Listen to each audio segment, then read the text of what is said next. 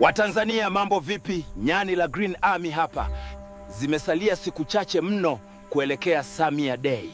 29 Oktoba, mgombea wa urais wa CCM ameshafika kona zote za Tanzania na kote alikopita ameacha tumaini na mwanga wa kesho iliyo bora. Mpaka sasa ilani ya uchaguzi imekuwa gumzo, maana imesheheni mambo makubwa ikiwemo ajira milioni 8, kongani za viwanda nchi nzima, ruzuku ya pembejeo, ununuzi wa matrekta 10,000, bima ya afya kwa wote.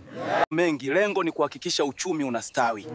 Haijaishia hapo, ameahidi ujenzi wa miundombinu, barabara za lami, reli za kisasa, barabara za juu, bandari na madaraja. Yote haya yamo ndani ya ilani ya uchaguzi ya CCM. Kwa kila mkoa hakuna kilichosahaulika. Kila sekta imeguswa, hadi madini, mifugo, michezo, sanaa, utamaduni na diplomasia. Nyewe waungwana, uchaguzi sio vita bana.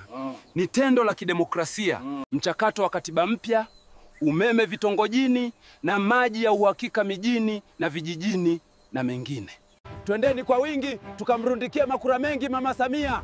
Green Army Oktoba tunatiki!